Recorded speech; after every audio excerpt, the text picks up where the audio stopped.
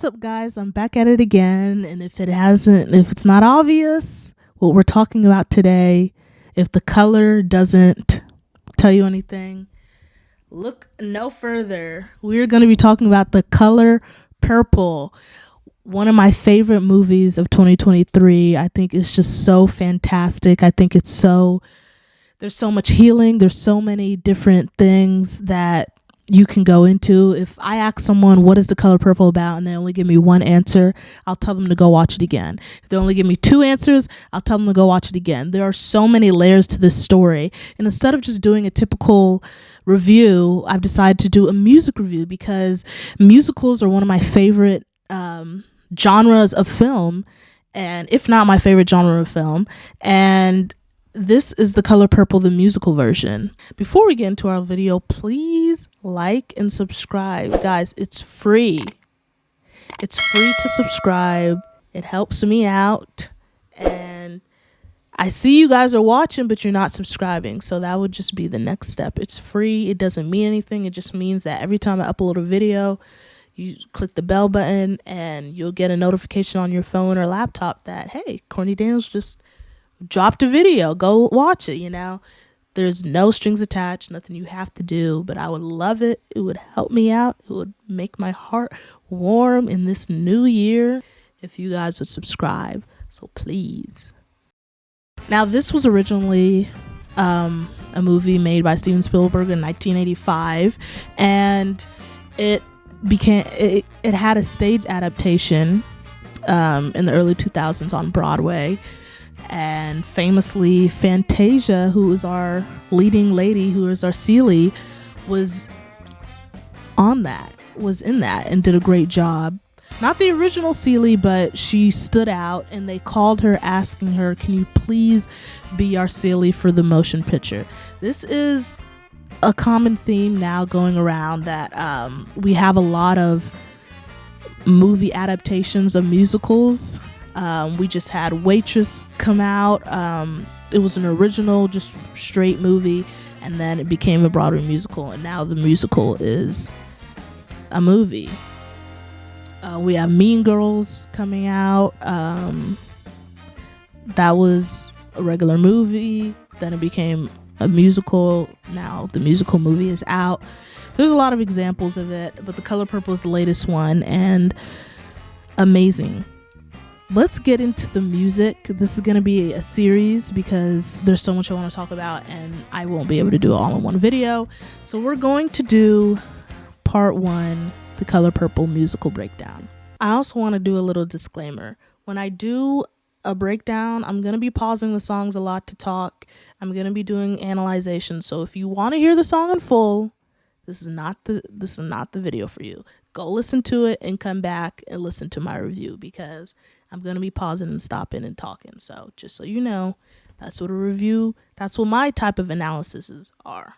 Now, The Color Purple is set in the early 20th century, 1909 to 1947 to be exact. It's written by, the original book is written by Alice Walker. And it's really the first and second generation of freed slaves, right? So they're just learning how to really really find their way in American society as freed people. So I don't really see that type of story very often. We focus on the struggles that white people have put on black people, but what about the internal struggles within ourselves? What about the issues that we struggle with as black people? But this is not just about black people. I mean, black people are the main people, but this is a very human story. The music is very much blues, jazz, and gospel. Spirituality is very much throughout this score. And these songs. These songs are written by, let me get their names right, Allie Willis, Brenda Russell, and Stephen Bray. And let me tell you, they really did what they set out to do. The blues sounds great, the jazz sounds amazing, the gospel is very realistic, and we are going to hear that very soon. So let's start with Huckleberry Pie.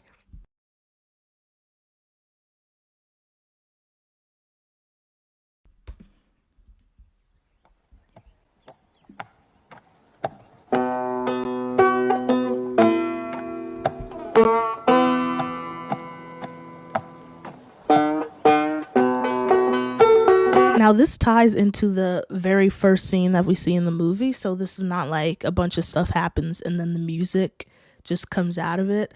Will also say the music really comes from the script. It doesn't feel like they just stop and sing. Like, it really comes from, it feels natural where they sing. So we start with a banjo, and as the banjo is playing, you hear the horse. So that's really keeping time. He's not going too fast. He's actually going with the rhythm of the horse, because right now he's on a horse playing the banjo. This is Mr. We'll hear more about him later.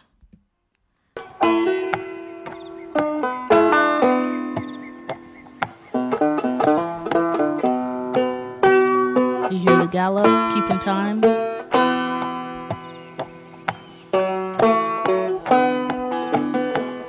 The horse gets faster, so the banjo gets faster. Hey sister, what you gonna do? Going down by the river. And it eases straight into our main character, Celie, and her sister. This is many things, but one of this is a love story between sisterhood, which I love stories about sisterhood. And they do what everyone has done growing up, the pat a cake thing, the hand game when you go really fast and you do all that. They're doing that, and they're doing it to the same beat, not really knowing that it's to Mr., but like he's doing his own thing, and they're in the tree playing their game, doing what they always do, and they're singing to each other. Hey sister, what you gonna do? Going down by the river, gonna play with you. Papa don't like no screaming round here. No lip from a woman when they chuck that beer. Sure enough, sun gon' shine, gonna be grown ladies like a marrying kind. Sure enough, moon gon' rise like a huckleberry pie in the middle of the sky. Gonna be alright, gonna be alright. So very, very easy song to digest, just very clap, clap, clap, clap, 1, 2, 3, 4 on the beat song. Very cute. One of the things we hear about in the lyrics, Papa don't like no noise around here, really tells us already, like, we have to kind of do this in secret. We can't sing, we can't laugh, you imagine, we can't make noise because Dad doesn't like it. Dad is not a nice guy in this story. Another important line, they say we're going to be grown women of the marrying kind. So it kind of lets you know that, like, they could just be typical girls that, like, you know, we want to get married one day. But that's also something that they know is expected of them as women in this time. I mean, that's still true today, but we're going to see really how important that is going on. That's it, guys. I hope you enjoyed that. Stay tuned for part 2. I know there's some songs out there that you guys are ready for me to listen to and break down. So stay tuned. Peace, blessings, love you guys, and I'll see y'all soon.